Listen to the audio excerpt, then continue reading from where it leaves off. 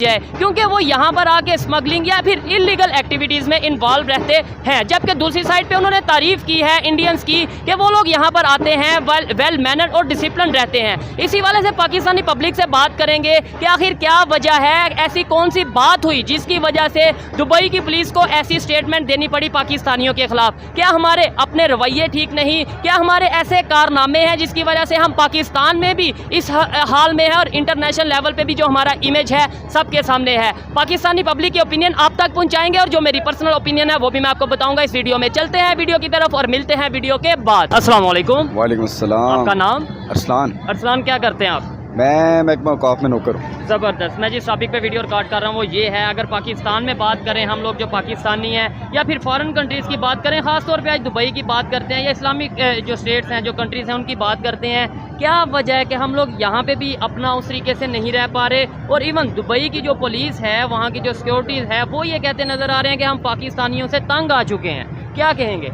Sir? हमारे मुल्क की जो हालात है ना वो पहले से इतने ख़राब हो चुके हैं कि आपको मैं बता नहीं सकता। देखें, आज से तकरीबन 5 से 7 साल पीछे चले जाएं तो वही दुबई कंट्री जिस बारे में आप बात कर रहे हैं वो हमारी इज़्ज़त किया करते थे, मसलन कि हमारी रिस्पेक्ट किया करते थे, हमें वेलकम किया करते थे।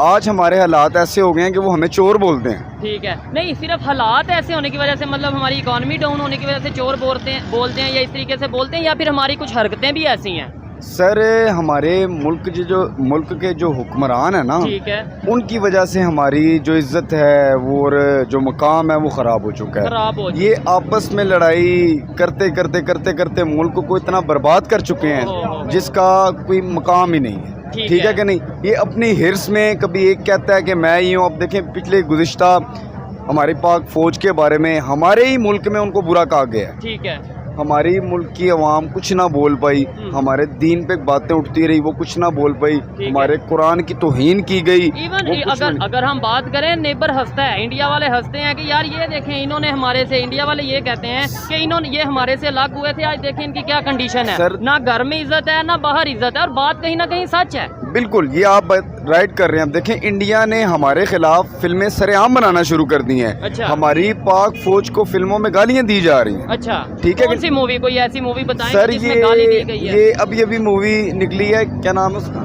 गदर 2 की शायद। गजल, जी, गजल 1 में भी इन्होंने तौहीन मुल्क की हमारी की है और गजल 2 में भी ये बात की है इन्होंने कि जी मुल्क पाकिस्तान। अब वो सनी जो देवल है, औकात उसकी है कोई नहीं, और हमारे मुल्क पाकिस्तान के बारे में बकवास भी कर रहा है और पाक फौज के बारे में बकवास कर रहा है। ये आता है ना, वो ये उसी मूवी का डायलॉग है कि जहाँ पे पाकिस्तान की तरफ से ये कहा जाता है कि भाई अगर बॉर्डर खोला जाए या फिर आप लोग मुसलमानों पे बहुत ज़्यादा इंडिया में जुल्म किया जा रहा है, हम आज़ाद करवा के रहेंगे, जुल्म या ख़त्म करके रहेंगे। तो आपको लगता है कि वहाँ पे जो उनसे मुसलमान है उन पर जुल्म उस तरीके से किया जा रहा है जिस तरह हमें बताया जाता है? अभी भी किया जा रहा है। अच्छा, ये पाकिस्तान के जो लोग हैं यहाँ पे खुश हैं, यहाँ पे कोई जुल्म नहीं हो रहा? नहीं सर, यहाँ पे तो बेतहाशा जुल्म हो रहा है। तो फिर इसका मतलब यहाँ मैं आपको बताता हूँ, रोटी के लाले हैं, यही बात, कारोबार के लाले हैं, गरीब तबका जो है वो पिस चुका है। ठीक है, यहाँ किसी किस्म की भी ना सूरत हाल नहीं बनी हुई। और हम लोग यहाँ से बड़ी तादाद में बाहर जाते थे, मतलब जब बेरोजगारी यहाँ पे होती है तो हम दुबई सबसे ज्यादा जाने की कोशिश करते हैं, सऊदीया जाने की अब वो लोग ये कह रहे हैं कि भाई हम ये कोशिश करेंगे कि आप ना ही आओ, सब देखें, जॉब्स ना देंगे आपको। सर मैं अपनी बात करूँ तो हमें ऐसा सिलसिला मिला है कि पिछले दिनों मैंने ना दुबई जाने का सोचा। ठीक है, पहले हमें वीज़ा मिलता था 1,70,80,000 रुपये का। ठीक है। आज वही कह रहे हैं कि आपको वीज़ा 2.5 से 3 लाख रुपए में खरीदना पड़ेगा, फिर टिकट अलहदा से, और उन्होंने वहाँ के रहने के चार्जेस भी हमसे लेने हैं। पहले और कुछ था और आज और कुछ है। आज और कुछ है। वो गलती मेरी और आपकी, यानी कि हम लोगों की है या दुबई वालों की गलती है? हमारी गलती है, क्योंकि मैंने शुरू से आपको ये बात, किसी ने साजिश कर दी है? नहीं, मैंने शुरू से ही बात आपको की है, ये सारी गलतियां हमारे हुक्मरानों की, ठीक हो गया, जिनकी वजह से आज हम भूखे मर रहे हैं। आपके सामने है कि आज चिराग है, आप खुद देखिए, अवाम है ही नहीं। ऐसे ही है। और जो अवाम लोग, जो लोग मौजूद हैं, किन हालात में हैं,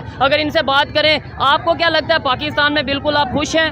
नहीं जी, हम बहुत परेशान हैं। आप क्या कहेंगे इसके ऊपर अंकल जी? बिल्कुल बहुत परेशान है, बेरोजगारी यहाँ से परेशानी के बाद कहाँ जाना चाहते हैं ज्यादा, मोस्टली दुबई या किधर? कब्रिस्तान, यहाँ से सही कब्रिस्तान जाना होगा। अब मरना भी औखा है, जीना भी औखा है। अच्छा, ठीक हो गया। मरना भी औखा है और जीना भी मुश्किल है। ठीक हो गया। मरो तो कब्र मुल और जियो तो रोटी नहीं है। नहीं, अभी पहले तो ये देखा जाता था ना कि पाकिस्तान में जब बेरोजगारी होती थी या किसी ने जॉब करनी होती थी, वो कहते थे दुबई चले जाते हैं, सऊदीया चले जाते हैं। अब वो लोग पाकिस्तानों का एहतराम करते थे, अब नहीं करते। क्या वजह है? वजह ये है कि हमारे हुक्मरान भूखे हैं और हम भी भूखे हैं। ठीक है, बस इसकी वजह यही है कि बेरोजगारी बहुत ज्यादा, वो नहीं आने देते हमें। अच्छा, तो जो हमारा नेबर कंट्री है इंडिया, उनकी वहाँ पे रिस्पेक्ट की जाती है। वो लोग बकायदा उन दुबई पुलिस के जो उनसे ऑफिसर रह चुके हैं, हेड रह चुके हैं, उन्होंने एक ट्वीट किया, उन्होंने स्टेटमेंट दिया, उन्होंने ये कहा है कि भाई पाकिस्तानी यहाँ पे आके जो इलीगल एक्टिविटीज में इन्वॉल्व होते हैं, स्मगलिंग वगैरह में, ड्रग्स वगैरह में, इंडियंस क्यों नहीं ऐसा करते? इंडियंस डिसिप्लिन है। क्या कहेंगे आप? मसला ये है कि इंडिया में जो है ना, हमारे से ज़्यादा बेरोजगारी नहीं है, हमारे में ज़्यादा बेरोजगारी है। ठीक है। जो ये काम करते हैं वो भूख की वजह से करते हैं, बेरोजगार। जाहिर बात है, जब खाने को पैसे नहीं होंगे तो फिर कुछ ना कुछ तो करना साफ ज़ाहिर है, इसमें कुछ शक नहीं है। ठीक है। हमारे हुक्मरान जहाँ भी जाते हैं कर्जा मांगते हैं, भीख मांगते हैं, वो कहते हैं कि इनका आना भी अच्छा नहीं है। ठीक है। इनके अवाम का आना अच्छा नहीं है, ये तो भिखारी लोग हैं, हम तो भिखारी बन गए ना। आज पूरी दुनिया हमारे पे हंस नहीं रही हमारी हालत के ऊपर। इवन इंडिया ये कहता होगा या कहता है बल्कि कि भाई आपने ये मुल्क अपना अलग। सर, पेट्रोल की कीमतों में एक बार फिर इजाफा हो गया है, क्या कहेंगे आप? दिन ब दिन पेट्रोल जो है वो आसमान की तरफ बढ़ता चला जा रहा है। कीमत रोज़ 10 दिन के बाद आप कह लें कि 20 रुपये 20 रुपये 20 रुपये करके बढ़ती चली जा रही है। 1-2 रुपया नहीं, 20 रुपये एकदम बढ़ा दिए जाते हैं। मैं आपको ये कहना चाहूँगा, पहले ये मुझे बताएं कि ये हुकूमत किसकी है? जो हम सबको जो सोचने वाली बात है ना, असल में मसला ये है कि पहले तो वो बढ़ा रहे थे नवाज शरीफ, ये शहबाज शरीफ वगैरह ना, ये जो 13 जमाती पार्टी थी। तो आज हम किसको कहें? और फिर हम इस चीज़ को माने कि जिनको हम नहीं कहना चाहते वही चला रहे हैं सिस्टम को, और फिर वही बढ़ा रहे हैं ये सब कुछ। ये सारे मामलात पे उन्हीं का हाथ है। वो जो निगरान वज़ीर आज़म साहब हैं, उनको कुछ नज़र नहीं आ रहा। जो हमारे नकवी साहब हैं, मोहसिन नकवी साहब, उनको इन चीज़ों पे कोई असर नहीं है। हमारे जो हाफिज साहब हैं, उनको इस चीज़ का नहीं पता कि इस मुल्क में क्या हो रहा है। खुदा की कसम, लोग पिस गए हैं। आपको पता नहीं है, पिछले महीने मैं 50,000 बिल मैंने पे किया, 50,000 रुपये। हम किराएदार हैं यहाँ पे ना सब, मतलब कि हमारी दुकानें भी किराए की हैं, मतलब कि घर भी हमारे मतलब कि अपने नहीं हैं। यकीन करें, पहले लोग कहते थे हम हैंड टू माउथ हैं, जो कमाते हैं वो खाते हैं। आज हम जो कमाते हैं वो भी हम नहीं खाते हैं। जो हम कमा रहे हैं सिर्फ हम दूसरों को दे ही रहे हैं। जो अपना गुजारा है ना, वो हमारा बहुत मुश्किल हो रहा है। ये एक मेरा नहीं, मेरे साथ जितने ये लड़के खड़े हैं सबका, ये सारे स्टूडेंट हैं। इनको ये जो स्टूडेंट्स जी, इनको पहले आता था घर से 20-20 हज़ार रुपये, अब इनको आता है 30,000 रुपये। और यकीन करें, आज जो 30,000 लेके भी वो खुश नहीं है। उसको समझ नहीं आती कि उसने अपना ट्रैवलिंग का किराया किस तरह देना है, उसे अभी रिहाइश कैसे मैनेज करनी है, अपना मेस कैसे मैनेज करना है। हालात इतने नाजुक तरीन हो गए हैं। पेट्रोल, ये आपकी गैस, ये बिजली, हमारे घर का बिल सुबह 2 घंटे गैस आती है और शाम को 2 घंटे गैस का बिल आ रहा है 5,000 रुपये। जो आता था 600-700 रुपये, पूरा दिन गैस चला के। हमें तो समझ नहीं लग रही कि हम आप पहले कह रहे थे अब कश्मीर, ओ खुदा की कसम, अब कश्मीर को छोड़ो। कश्मीर आपसे बहुत बेहतर है, आप उसकी फिक्र ना करो, आप अपने पाकिस्तान की फिक्र करो। हमारा क्या हाल हो? आपको ये नहीं लगता कि पाकिस्तान जो है वो खाना जंगी की तरफ जा रहा है? एक दिन ये हमारे हुक्मरानों ने जो हमारे मुल्क का हाल बनाया है, ये पाकिस्तानी एक दूसरे को नोच खाएंगे। नहीं, आप ये कह रहे हैं कि खाना जंगी की तरफ जा रहा है। बस अब यही रह गया कि आप मेरे सामने खड़े हो, मैं आपके सामने खड़ा हूँ, मैं आपसे बदतमीजी नहीं कर रहा, मेरे साथ बदतमीजी नहीं कर रहे। सिर्फ यही फ़र्क है, इसके अलावा ये सब कुछ हो रहा है। मैं किसी दुकान वाले के पास जाऊंगा, मैं बाहर निकलते उसको 10 गालियां निकालूंगा, यार इसने मेरे साथ ज्यादती कर दिया। कोई मेरे पास आएगा, वो बाहर निकले मैं 20 गालियां निकालेगा, वो मुझे कहेगा यार इसने मेरे साथ ज्यादती कर दिया। हमें सिर्फ ज्यादती इस मुल्क में ज्यादती बराए ज्यादती सिर्फ ज्यादती करा। अब समझ नहीं रही यार, अब समझ नहीं आ रही इस मुल्क में। आप ये सामने कराची से ये रेस्टोरेंट है सामने, ये ना 180 का एक पराठा देते थे, ठीक है। हम कहते यार बहुत महंगा, आज वो 500 का दे रहे हैं। आप जाके पूछ लें, वो कहते हैं भाई हम जब 180 का बेचते थे हमें कुछ बचता था, हम 500 का बेच रहे हैं, हमें कुछ नहीं बच रहा। ये हालात, हम दुकानदारों के ये हालात हो गए हैं। सर, आप क्या कहेंगे मुल्क की सूरत हाल पर? क्या आपको लग रहा है कि ये मुल्क खाना जंगी की तरफ जाता हुआ दिखाई दे रहा है? अवाम परेशान है, किसी एक चीज़ में भी हुकूमत उन्हें रिलीफ देने को तैयार नहीं है। लेकिन ये देखिए ना, अब महंगाई हर तरफ से हो रही है। इस टाइम आज रात 12 बजे के बाद पेट्रोल भी महंगा हो रहा है।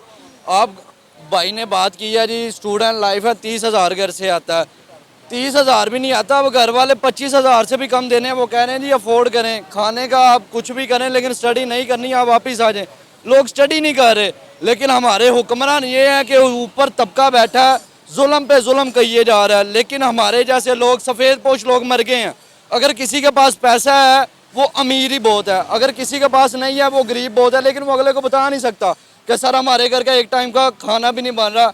लोग ऐसे हैं 2-2 किलो आटा लेके, यकीन करें, घर में जाके खाना बना रहे हैं, कि कोई ऐसा ही कह रहे हैं कि जो पका ही नहीं रहे। लेकिन हमारे हुक्मरान जुल्म करते ही जा रहे हैं। आगे कहते जी इमरान खान ने जुल्म किया, नवाज शरीफ ने किया, लेकिन आज हुकूमत निगरान आई है, आर्मी बैठी है, लेकिन हम आर्मी को गलत नहीं कहते, लेकिन आर्मी ने हर चीज़, आर्मी कंट्रोल कर सकती है।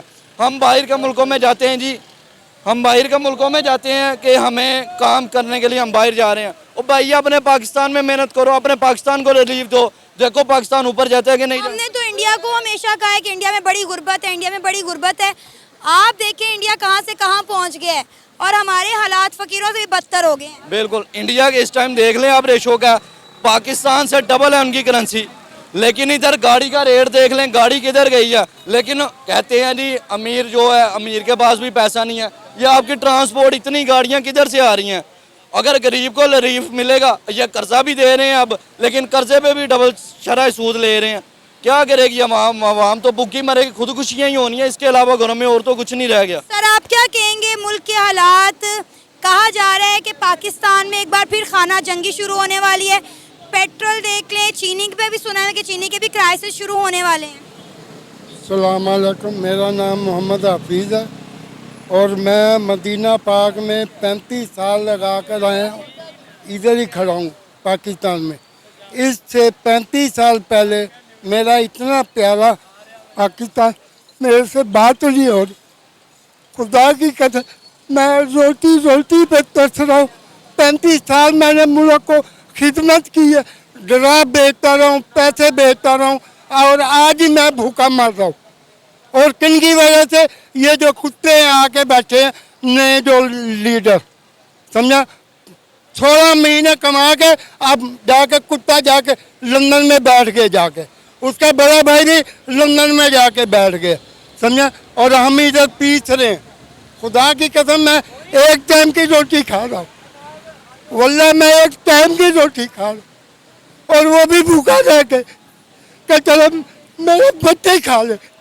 खुदा की कसम मेरे 35 साल मैंने मदीना में लगा के मैं